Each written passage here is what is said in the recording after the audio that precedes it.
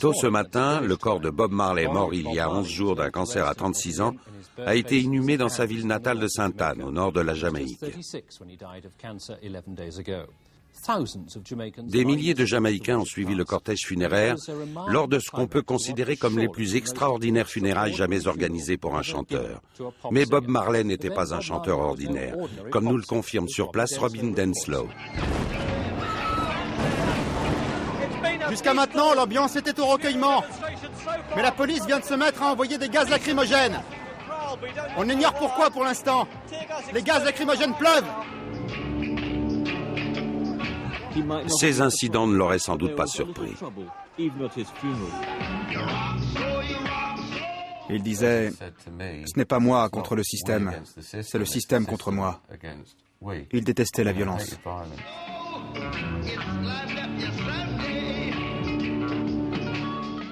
Les Rastas croient en la paix et en l'amour.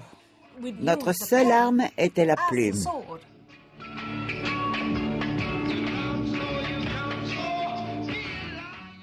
Ce sont des policiers qui ont porté son cercueil hors du stade, ce qui était ahurissant. Ils n'auraient jamais toléré ça. Et c'est pour ça que je n'y suis pas allée. Je ne voulais pas faire partie de ce cirque. Je ne voulais pas participer à des funérailles où ces enfants étaient en train de chanter et danser, alors que c'était quand même l'enterrement de leur père. Même sa mort a été instrumentalisée.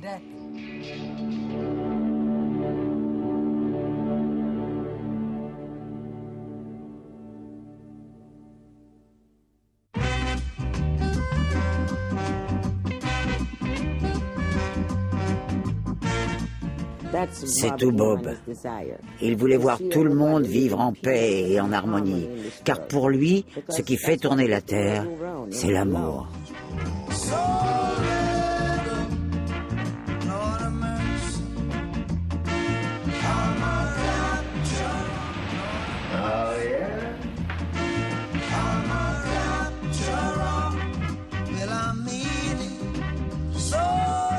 You really can't solve a problem with a war, you know. It doesn't really solve a problem. You don't feel like really killing someone.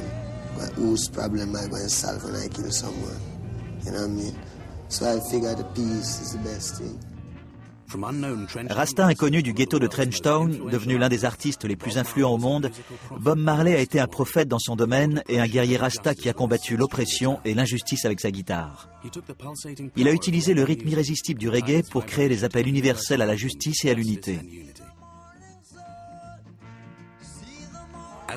Roi incontestable du reggae, Bob Marley et sa musique révolutionnaire a eu et a toujours un impact énorme sur les peuples du monde entier. La musique est toujours là. Beaucoup d'adultes me disent qu'ils écoutent un album de Bob Marley quand ils sont déprimés. Ils le mettent le matin en se levant et ça va mieux. Je pense sincèrement que ça ne s'arrêtera jamais. Je crois que lui, que sa musique seront toujours écoutées. Nous n'avons vu qu'une fraction de ce qu'il aurait pu faire. Il n'a été que 10 ans au top, ça ne représente rien.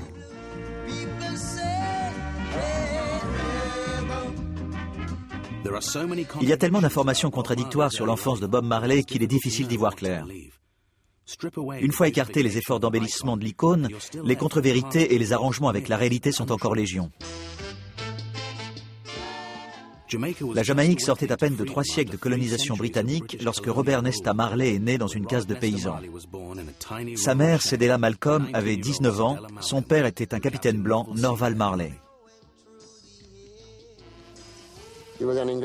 C'était un Anglais, un blanc.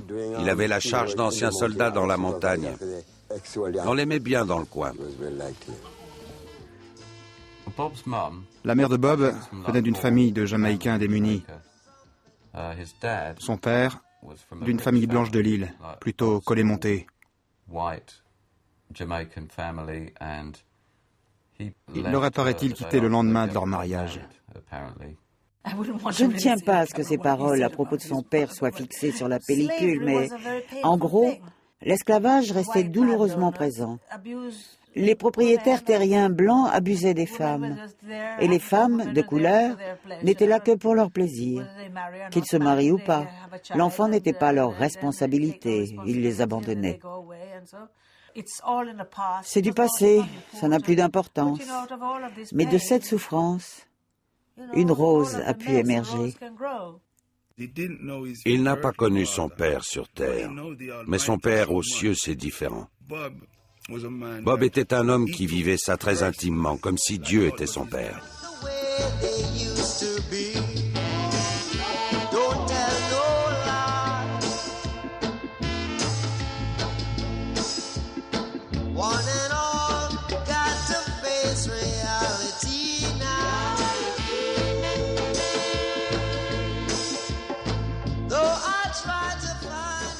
La date exacte de la naissance de Bob Marley est un mystère. Le passeport qu'on lui a délivré en 1964 indique le 6 avril 1945, mais les archivistes jamaïcains n'ont jamais pu produire d'acte de naissance. Ses frères Rastafari accueillent ce fait d'un hochement de tête plein de sagesse. Ils croient qu'à l'égal de l'empereur Haïlé Sélassié d'Éthiopie, Bob Marley n'est jamais né et n'a donc pas pu mourir. Et maintenant que l'amour soit avec vous.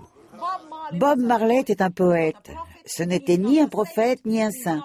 C'était un être humain. Il aurait été très embarrassé par toutes ces histoires de prophètes et de saints. Tous ces trucs qu'on essaie de lui coller sur le dos. Il voulait un monde meilleur. S'il avait pensé pouvoir y contribuer, il aurait fait tout ce qu'il aurait pu. C'est d'ailleurs pour ça qu'il a donné un concert alors qu'il venait d'être blessé par balle. Il aurait très bien pu se refaire tirer dessus. Si ça fait de lui un saint, je veux dire, si on l'avait abattu à ce moment-là, il aurait vraiment pu être Saint Bob. Les gens pensent que Bob est un prophète.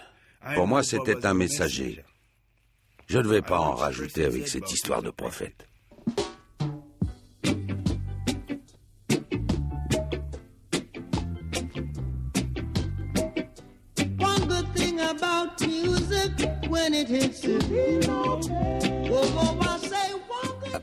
À l'âge de 5 ans, Bob et sa mère emménagent à Kingston. Cedella espère y trouver une vie meilleure.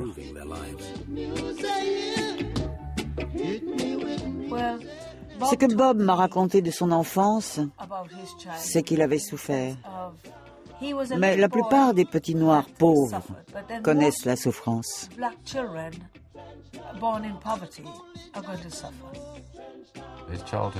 Il n'a pas eu une enfance traditionnelle, protégée. Il a grandi dans la rue, et ça n'était pas facile tous les jours. Sa mère est partie pour les États-Unis quand il était très jeune. Mais elle l'a rapidement fait venir et il a essayé de s'installer là-bas. Mais évidemment, ça n'a pas fonctionné et il est retourné en Jamaïque, ce qui était très bien. Il a quand même eu beaucoup de bonheur. Il a passé de très bons moments avec son grand-père qu'il allait aider au champ, avec son âne, à planter des courges, ce genre de choses. Il en avait gardé de très bons souvenirs. C'est la maison de Bob à droite. Il vivait là, il y a longtemps, à 16-17 ans. Bob mangeait dans la calebasse. Il ne mangeait pas dans une assiette, hein. Il vivait dans cette seule pièce, avec un seul lit. Cedella s'installa avec Bob chez les Livingstone. C'est là qu'il commença à jouer de la musique avec son nouvel ami, Bunny Livingstone.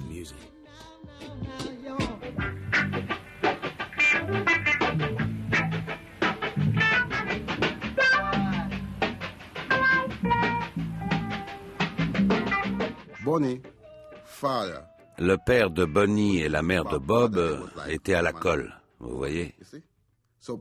Donc Bob est arrivé dans cette maison avec sa mère et il y avait Bonnie. Et ils sont devenus très bons amis, heureusement. Et comme à Trenchtown, les gens chantent toute la journée, ils jouent de la musique, c'est arrivé naturellement.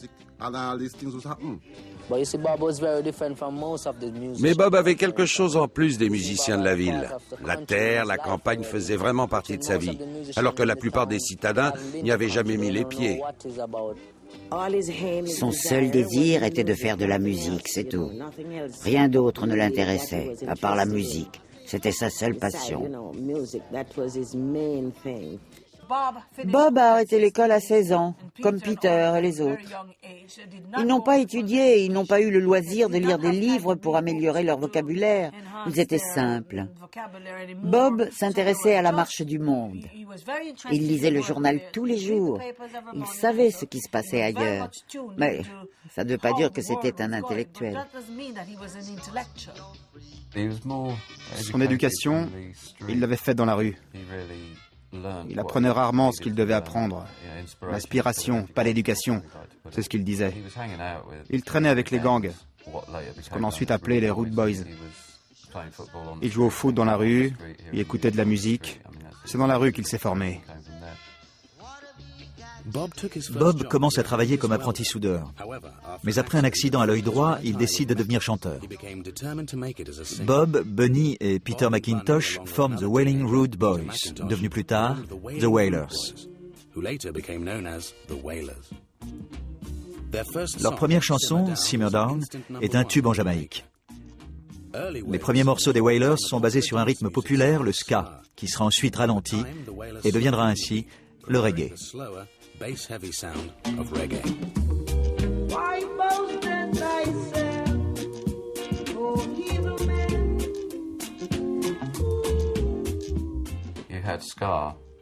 Il y a d'abord eu le ska, plutôt agité. Mais c'était les années 60. Et le ska s'est avéré être un peu trop rapide pour danser. On l'a donc ralenti et c'est devenu le rocksteady, qui est une sorte d'intermédiaire entre le ska et le reggae roots, beaucoup plus lent. Je pense que la ganja a aussi joué un rôle dans le ralentissement. Voilà comment ça a évolué. À l'origine de la musique reggae, il y a les cérémonies Grow Nation, pendant lesquelles les Rastafari chantent ce qu'ils appellent des hymnes Rastafari. Ils les chantent accompagnés de percussions. Il pouvait y avoir jusqu'à 20 percussionnistes qui tapaient le même rythme, basé sur celui du cœur, en théorie. Ils chantaient ces hymnes et écoutaient les hits de la R&B américaine parallèlement. Tout ça a fini par se rejoindre, mais ça a pris beaucoup de temps avant de devenir du reggae.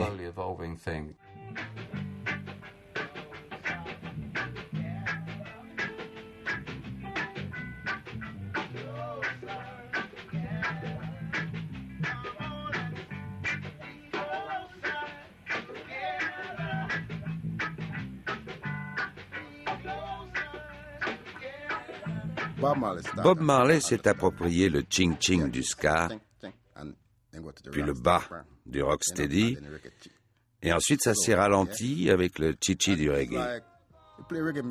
Et à l'époque, jouer du reggae, c'était comme convoquer la police chez toi, car beaucoup de rastas s'étaient mis au reggae, et les autres disaient que c'était la musique du diable. Il fallait pas jouer du reggae. Une évolution plus spirituelle que musicale, cette fois, a également eu lieu. Après la visite officielle de l'empereur Haïlé Sélassié d'Éthiopie en Jamaïque en 1966, les Wailers rejoignent complètement le mouvement Rastafari. Bob et les anciens Rastas affirment que Jésus reviendra, mais sous un autre nom. Ils croient que les gouvernements occidentaux sont victimes d'une supercherie puisqu'on leur dit que le Messie sera nommé Jésus. Bless His Imperial Majesty, Emperor Selassie, Jah Rastafari, who liveth and reigneth with I and I continually, ever faithful, ever sure. Jah Rastafari, with no apology. And this is the Rastaman vibration.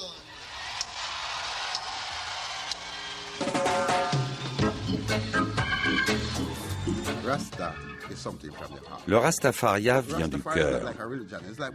Ce n'est pas juste de la musique, mais un esprit, une voie à suivre. Grandir en tant que Rasta était très difficile.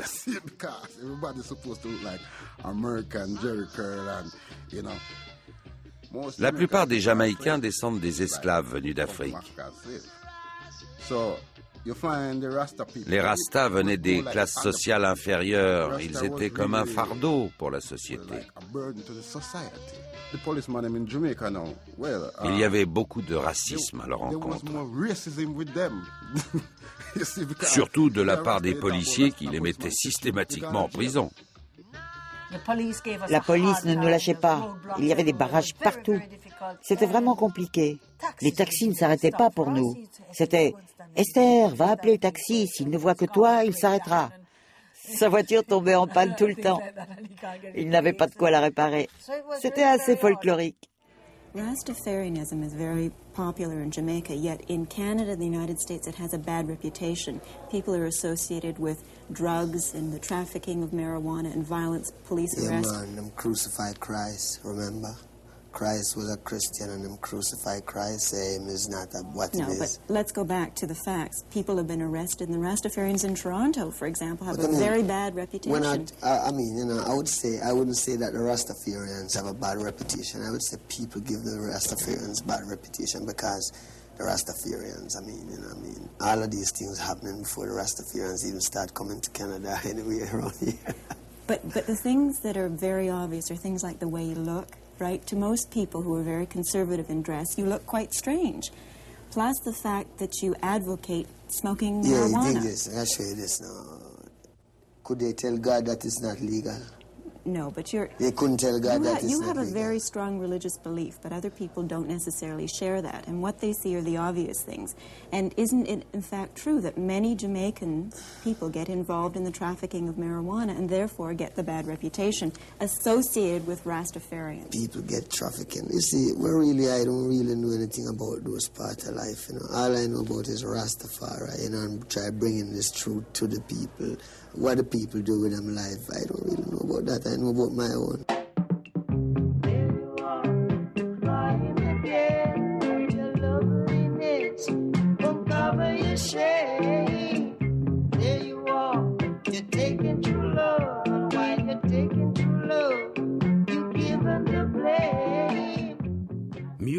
Le producteur Lee Perry était l'équivalent jamaïcain de Phil Spector. En 1969, il enregistra une série de sessions avec les Wailers. Considérant que les bandes lui appartenaient, il les emmena à Londres et les vendit. Pendant 10 ans, ils ont bossé et bossé sans jamais rien toucher, car leur musique a été piratée. Lee Perry avait déjà connu le succès en solo. Il avait déjà la réputation d'être dingue. À l'époque, c'était normal que le producteur touche tout l'argent et les artistes presque rien. C'est ce qui est arrivé aux Wailers au début. Ils ont connu ce que tout artiste jamaïcain doit vivre. Ils se sont fait entuber. Les Wailers étaient furieux, mais ironie du sort, c'est cette trahison qui permit à Esther Anderson et Chris Blackwell d'Island Records de les remarquer.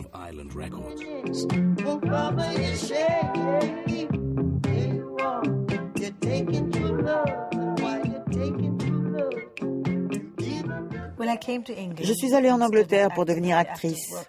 Quand j'ai fini le conservatoire, j'ai fait les petits boulots habituels, le sein, destination danger, chapeau melon et bottes de cuir, un peu de théâtre, tout ce qui était possible de faire pour un acteur noir.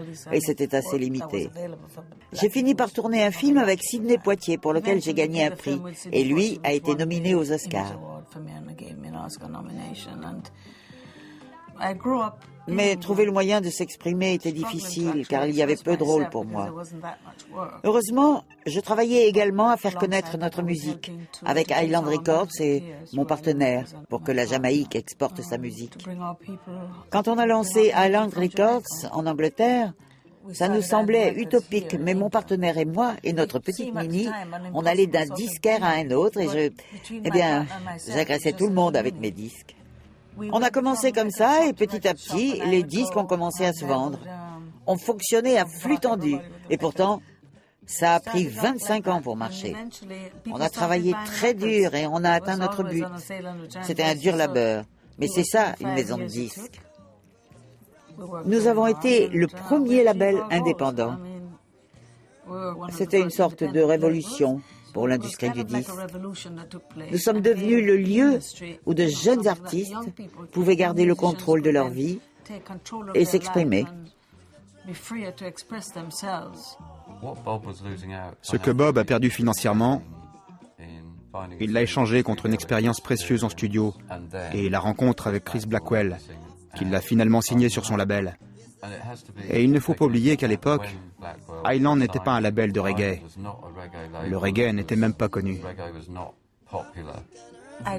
J'ai connu Jimi Hendrix et Bob me rappelait Hendrix. Mais il fallait Bob et les Wailers, pas Bob seul. Le groupe des Wailers devait être là pour le soutenir. Après avoir écouté Concrete Jungle, Slave Driver, j'ai été complètement convaincu. En 1973, après avoir conquis la Jamaïque, les Wailers étaient prêts à conquérir le monde. Ils entrèrent chez Island Records et pour la première fois, un groupe de reggae avait accès au matériel d'enregistrement les plus sophistiqués.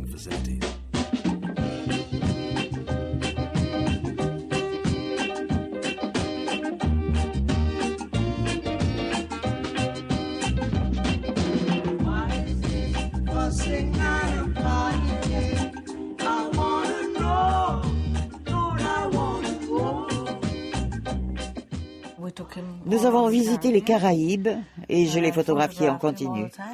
Nous sommes devenus très proches et nous avons commencé à écrire ensemble. Bob était très agréable à regarder et à photographier. Il était exactement ce que le monde blanc attendait. Il n'avait pas accepté Peter Tosh, qui était brillant, car il était trop noir. Ils n'ont jamais donné sa chance à Jimmy Cliff à cause de ça. Mais Bob, étant le leader, ouvrait la voie pour tous les autres. Il pouvait parler pour eux. Bob voulait vraiment faire connaître sa musique, faire entendre sa voix, comme un exemple d'émancipation.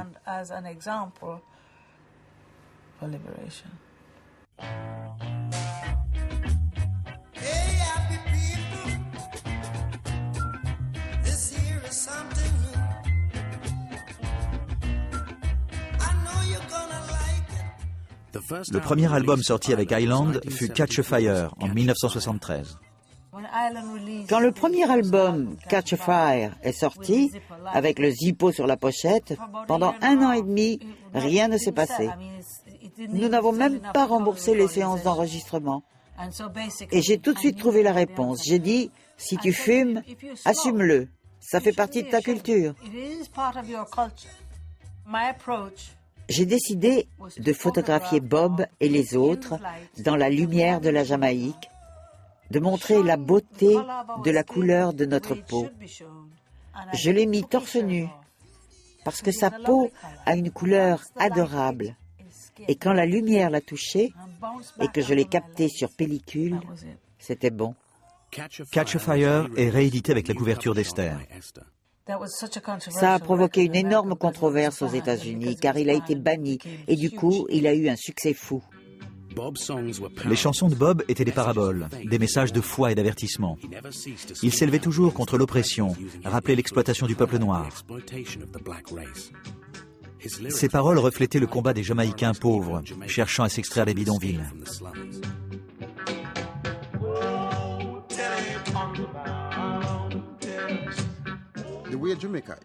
À l'époque, il n'y avait qu'une seule chaîne de télé.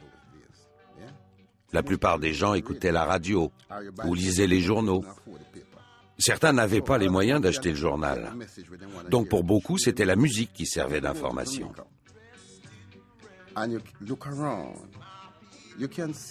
Si vous alliez en Jamaïque, vous verriez de quoi parlait Bob. Ce n'est pas de l'imaginaire, du rêve. Certains écrivent des fictions, Bob était un poète. Et il me traitait parfois d'esclavagiste, car je le poussais constamment à écrire. Allez, on écrit une chanson. Je l'encourageais à emporter sa guitare partout où nous allions. Et il l'avait toujours avec lui. Et écrire devenait facile, car nous n'avions qu'à regarder autour de nous.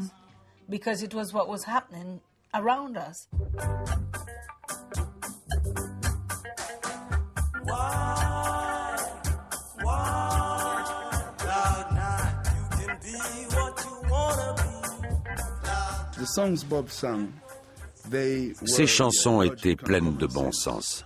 Il tenait le cap.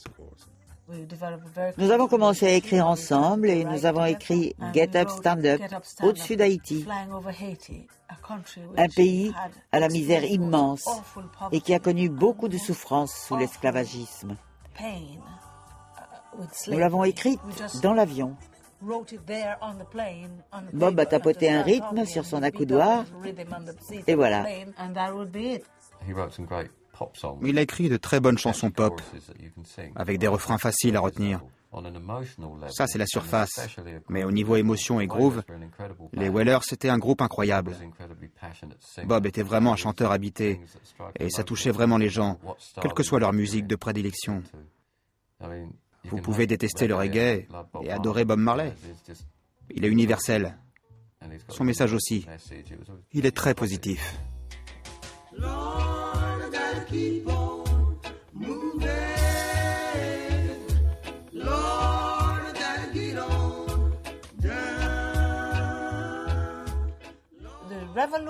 La révolution, c'était d'utiliser le stylo et la musique pour exprimer son combat à travers ses paroles, pour que tout le monde puisse s'y retrouver, que ça devienne universel et sans étiquette. Je l'encourageais à écrire plus de morceaux contestataires que de chansons d'amour. Bob avait beaucoup de facettes, de personnalités différentes. Dans le même album, il vous pondait un morceau sur la guerre très graphique et enchaînait sur Waiting in Vain ou Is This Love. Il arrivait à exprimer très exactement ce qu'il ressentait, en restant lui-même. Il ne s'est jamais vendu, n'a jamais abdiqué sa personnalité. Ses chansons reflétaient son caractère. Il ne voulait pas être qu'un militant.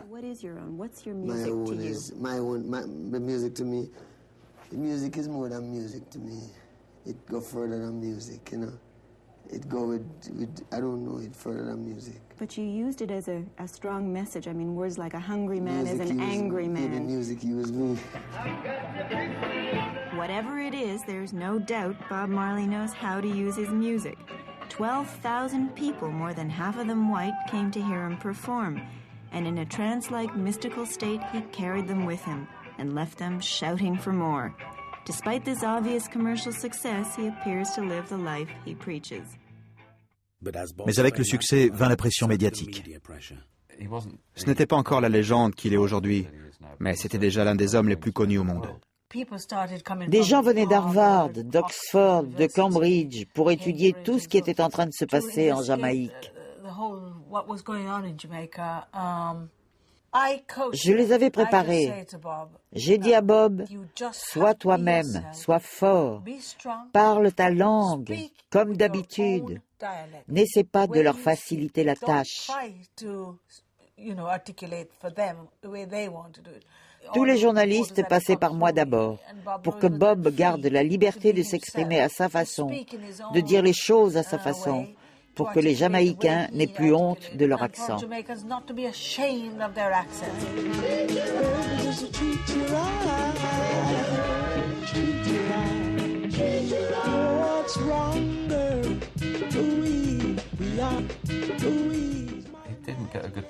Il n'avait pas bonne presse. Je lui ai demandé pourquoi, alors qu'on le critiquait toujours. Pourquoi accepter de me recevoir? Il a juste dit, ça fait partie du jeu. Je n'ai qu'à avancer et essayer de m'améliorer. La première tournée en Amérique, les gens parlaient encore de ses cheveux étranges, du sauvage. Je lui ai demandé si jouer le même set chaque soir lui pesait. On l'avait critiqué pour ça. Si vous l'avez déjà vu en vidéo, vous savez que ce n'était jamais la routine. Il se laissait emporter. Il faisait appel à une facette différente chaque soir. C'était une icône, comme celle du rock. Il venait jouer à Los Angeles, et au premier rang, il y avait les Rolling Stones. Tous les grands rockers venaient le voir. Peu importe qu'il soit un artiste reggae du ghetto.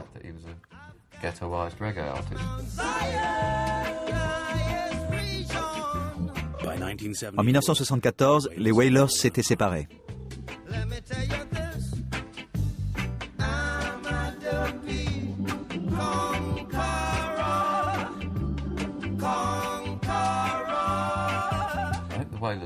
Ils se sont séparés parce que Bob recevait toute l'attention. Et Tosh aurait voulu être Bob. Ça l'a beaucoup touché, car il ne voulait pas être une star. Il voulait juste faire passer son message. Je l'ai encouragé à reformer un groupe. Il a trouvé un manager qui a renégocié un contrat pour que ce soit Bob Marley et les Wailers. Mais les Wailers pouvaient être n'importe qui, à part Family Man et Carly aux percussions.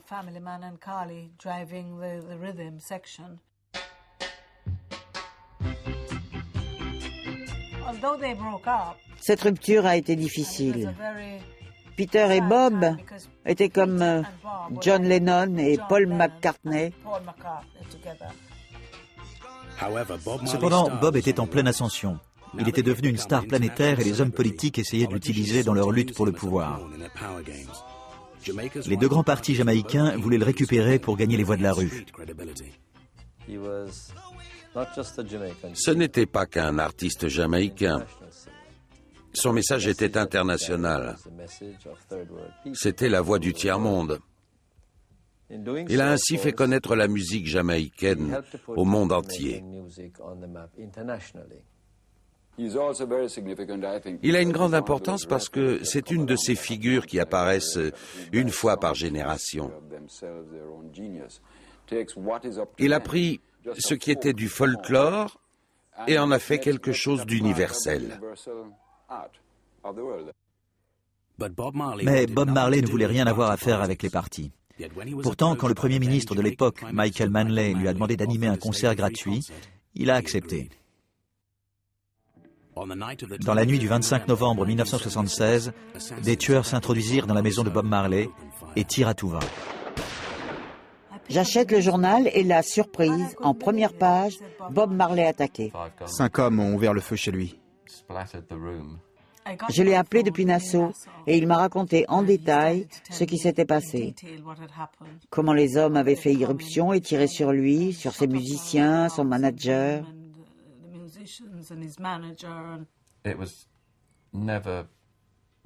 La police n'a jamais retrouvé les coupables. Une théorie assez populaire affirme que c'était un coup de cigare qui a obtenu un titre de la reine d'Angleterre à la mort de Bob. Ils ont essayé de le tuer. Les hommes politiques sont très dangereux. C'est la vie ou la mort, très égoïstement. Pour être président de la Jamaïque, il faut être corrompu, quel que soit leur bord. Je pense que Bob a été victime d'un politicien. Il est arrivé en Angleterre et il m'a rejoué toute la scène. Comment les balles l'ont touché, celle qui était encore dans son bras, et il m'a dit de tout écrire. Il voulait que j'aie toute l'histoire. Bref, il a survécu et donné un concert génial. Certains disent que ce sont ses nouveaux amis qui lui donnent ça.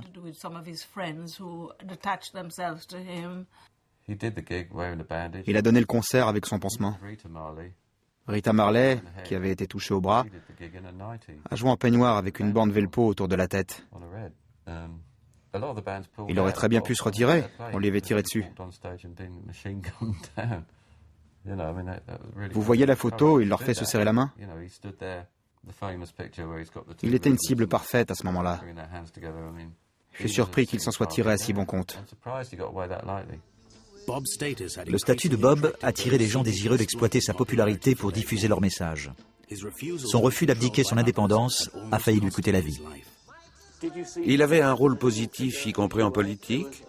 Il a échappé à une tentative d'assassinat juste avant le concert. Certains pensent que c'est parce qu'il semblait vous soutenir. Oui et non. Ce n'était pas une figure politique dans le sens où Bob n'était pas le genre de personne à s'impliquer dans un parti. Ce n'était pas du tout ce qu'il voulait. Et en même temps, c'était l'un des plus grands troubadours du ghetto, racontant ses souffrances, ses attentes, comme aucun autre. Ghetto youth, tired of the constant political infighting, banded together in a mammoth reggae concert for peace. It ended with Prime Minister Michael Manley and opposition leader Edward Seaga on stage, shaking hands in an appeal for peace. The man responsible for it all, they say, was Bob Marley. But isn't what you need some sort of social, legislative change? The economic conditions are bad. You have a lot of people who are unemployed. What's really going to happen now is that we don't really want the island to change. Et c'est sa musique qui lui sert de support. Music is how he gets his message across.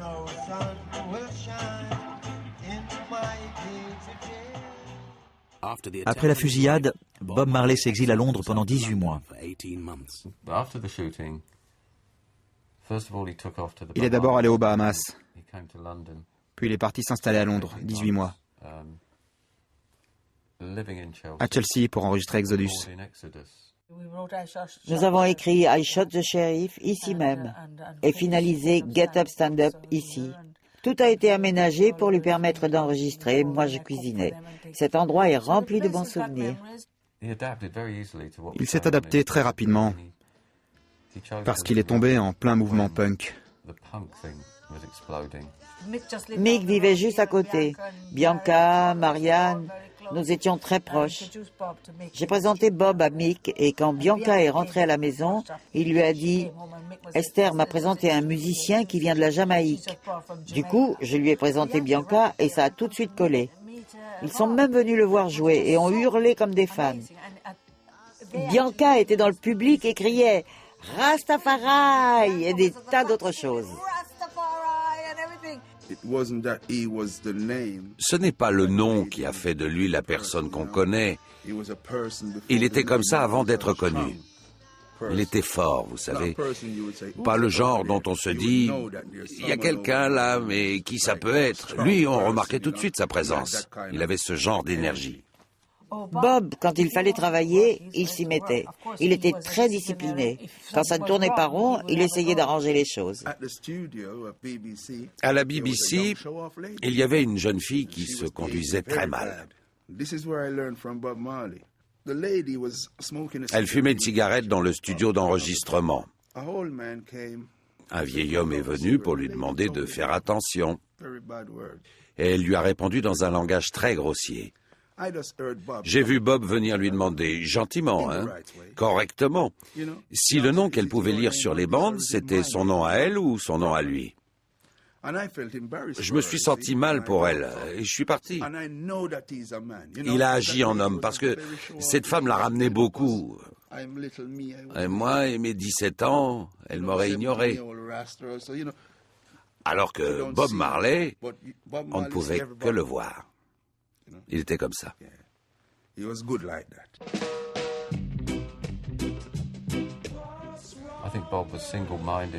Bob était exclusif dans sa musique. Il voulait sa famille avec lui. Sa famille au sens large. Ses musiciens, ses multiples femmes. Miss Monde vivait dans notre immeuble et me demandait ce qu'une grande actrice comme moi faisait avec ce garçon. J'ai fini par lui dire « Un jour, tu verras ». Et elle a fini par devenir une Madame Marley. Les femmes le pourchassaient à cause de son aura.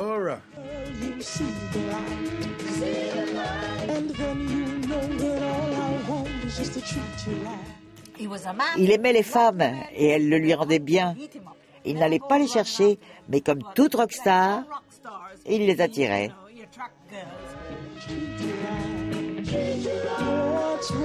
C'est à Londres que Bob entend les Clash pour la première fois. Il admire leur courage et leur colère jetée à la face de l'Angleterre et de ses clivages socio-économiques. Leur combat antiraciste et contre le système lui parle. Bob a compris qu'il y avait beaucoup de points communs entre les punks et les jeunes noirs maltraités par la police à Londres, qui eux-mêmes ressemblaient aux gamins de Trenchtown. Il a fini par faire un album, Punky Reggae Party, qui rendait hommage au Clash à travers son nom. Il était comme un poisson dans l'eau. Il joue au football. Il y a eu de nombreux matchs tout au long de 1977, dont un contre les Clash, il me semble. On se retrouvait avec Bob Marley pour jouer au football. Une équipe a fini par se former au sein des Wailers. Et on peut dire qu'on était plutôt bons. On s'est jamais fait humilier. Il me semble que les Wailers ont étripé les Clash. C'était une très bonne équipe.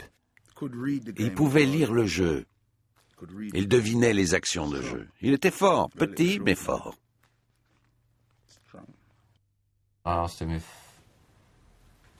Je lui avais demandé s'il avait pensé à devenir footballeur plutôt que musicien. Il m'a répondu jamais. La musique était son âme. Et il a bien insisté sur la rudesse du football. Il aimait jouer au football, ce que je n'aimais pas du tout. Je lui disais qu'il n'était pas joueur de foot, mais il avait des tas d'amis qui l'encourageaient dans cette voie. J'avais beau lui dire que le public comptait sur lui, qu'il devait repartir en tournée, répéter, écrire. Il continuait le football. Et c'est comme ça qu'il s'est blessé à l'orteil. Et c'est là que son cancer s'est déclaré, avant de l'anéantir complètement. On était en mai 1977. Bob venait de se faire la blessure qui allait devenir une tumeur. C'était dû à sa passion pour le foot. Et il a continué à jouer. Il n'a pas arrêté en mai 1977. En 1980, il jouait encore, ce qui était un peu stupide. À la fin des années 70, Bob Marley était passé de jeune premier de la musique noire à superstar planétaire. Il était devenu une célébrité, une sorte de Martin Luther King jamaïcain. Ses disques se vendaient par millions, ses tournées étaient complètes, et de l'Amérique à l'Asie, il répandait le message de Jah.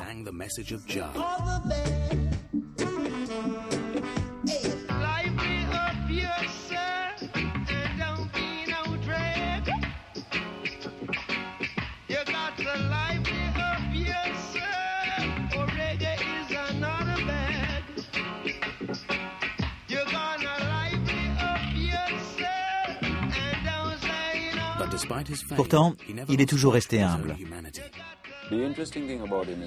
Ce qui est intéressant, c'est qu'on s'attendait, à mesure que sa célébrité grandissait et sa fortune avec, qu'il perde son sens critique, essaye de faire du commercial, qu'il fasse des concessions vis-à-vis de ses convictions.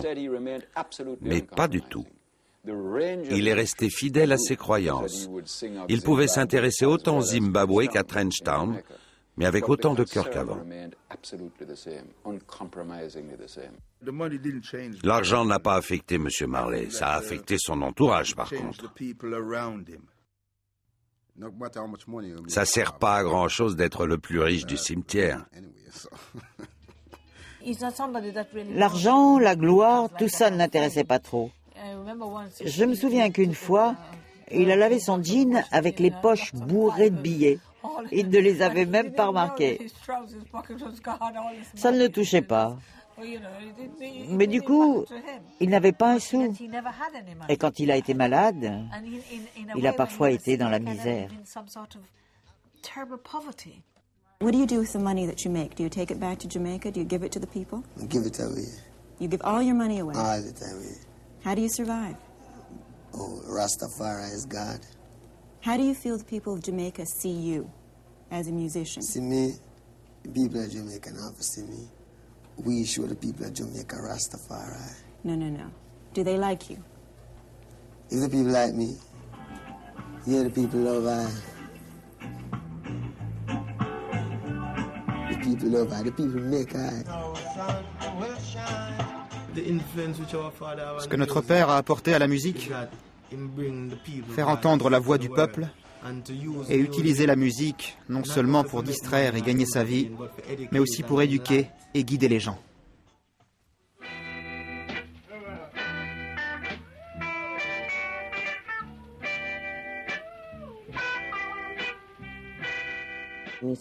Il m'a dit, « Maman, les docteurs disent que j'ai le cancer et ils risquent de m'amputer. » Je n'arrivais pas à y croire. Il a ajouté, « Maman, pourquoi Dieu me donnerait le cancer? Je n'ai jamais blessé personne. Si j'ai fauté, je ne sais pas comment. Alors pourquoi? » Je n'avais pas de réponse à lui offrir. À part, qui aime bien châtie bien. Il fallait juste faire face à cette épreuve.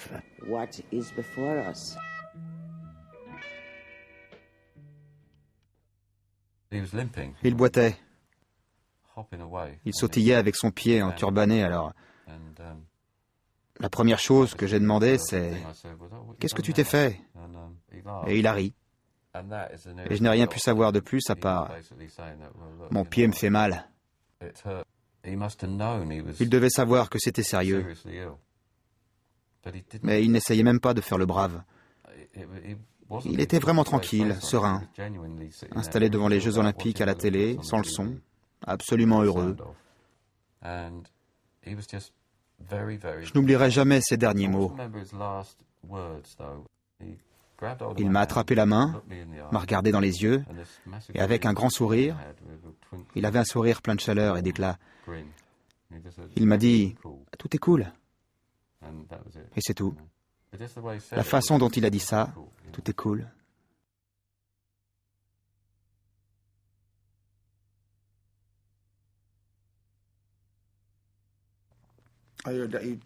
On m'a dit qu'il était mort. C'était horrible. J'étais en Jamaïque quand c'est arrivé. J'ai appelé à Londres. Je n'arrivais pas à le croire. Ça a été un choc énorme. Je n'aurais jamais cru que c'était ma dernière interview avec lui, qu'un an après il serait mort. Je crois qu'il n'aurait pas dû faire cette tournée aux USA. Sur les photos de lui en 1977, il a le pied bandé. Et en 1980, le bandage est toujours là. C'est devenu un accessoire. C'est fou qu'on lui ait imposé cette tournée. Il était claqué quand je l'ai vu. Je pense que les gens qui l'entouraient ne l'ont pas bien conseillé. La maison de disques aurait dû mieux s'occuper de lui, mais personne ne le protégeait. Ses amis de l'époque avaient une aura très sombre. Il y avait de mauvais éléments autour de lui qui n'étaient pas bénéfiques pour son développement et ne l'ont pas aidé à régler ce problème. Il était surmené à cause de la tournée. Il aurait dû avoir droit à des vacances. Je pense que son entourage ne s'est pas du tout occupé de lui et qu'ils le savent. Et ils savent ce que j'en pense, surtout une certaine personne qui sait exactement qui elle est. J'espère qu'elle regardera ce documentaire, car elle avait beaucoup d'influence sur Bob et elle aurait pu agir au lieu de laisser faire ces gens qui sortaient d'on ne sait où, en disant qu'ils savaient soigner le cancer et qu'ils l'ont emmené en Allemagne. Mais c'était trop tard. Le traitement en Allemagne n'était pas reconnu par la communauté médicale. C'était un traitement alternatif parallèle, en gros. Je pense que Bob voulait y croire. Il s'est persuadé qu'il allait mieux. Ce n'était pas le traitement qu'il fallait, et il avait les moyens à ce moment-là. Il ne voulait pas des traitements médicaux occidentaux à cause de ses croyances rasta. Il avait la foi. En quelques années, Bob Marley est sorti du ghetto de Kingston pour devenir l'un des artistes les plus influents et les plus charismatiques que le monde ait jamais vu. Ce qui est remarquable, c'est qu'aujourd'hui encore, sa musique garde toute sa puissance, sa portée sociale et son influence. Je n'ai pas assez de mots pour dire tout le bien qu'il a fait. C'est un prophète. Il n'y a aucun doute.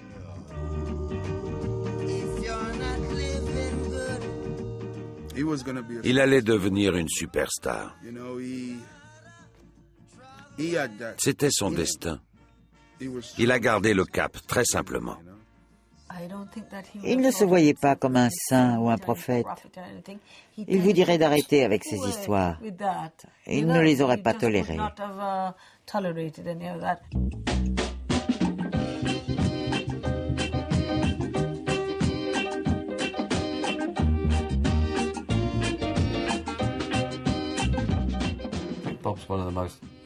Bob a été un des personnages les plus influents du XXe siècle. Sans lui, le monde aurait été bien plus misérable. Ils ont fait de lui un objet. On peut acheter des chaussures Bob Marley, n'importe quoi. Ça l'aurait rendu malade.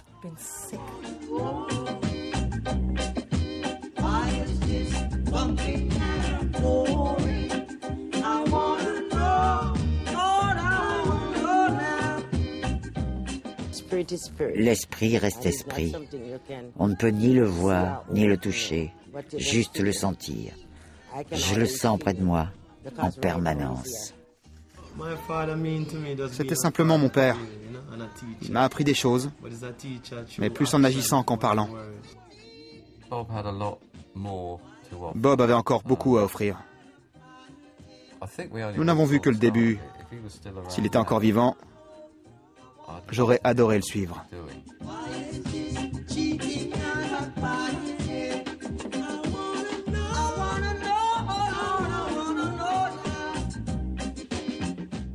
Il est toujours avec nous. Sa musique également. Ça ne changera pas. Est-ce qu'il aurait participé à Live Aid? On peut imaginer ce qu'il aurait fait s'il avait seulement eu droit à quelques années de plus. On aurait découvert encore un autre Bob.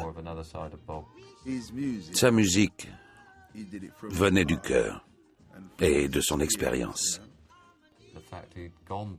Il était retourné en Afrique, ce qui est l'un des buts des Rastafari. Bob aurait pu initier cela. Il aurait pu surtout changer les choses là-bas. Je pense qu'on n'a vu qu'une fraction de ce qu'il aurait pu faire. L'essentiel, c'est la liberté et la justice pour tous les hommes, surtout pour les Africains. Liberté et justice pour l'Afrique.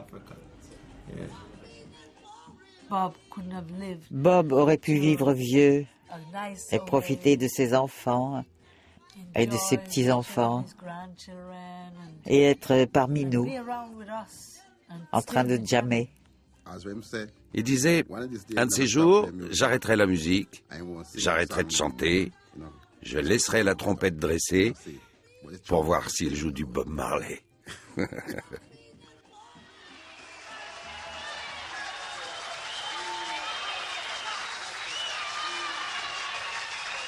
Now, my name is Natty Dre.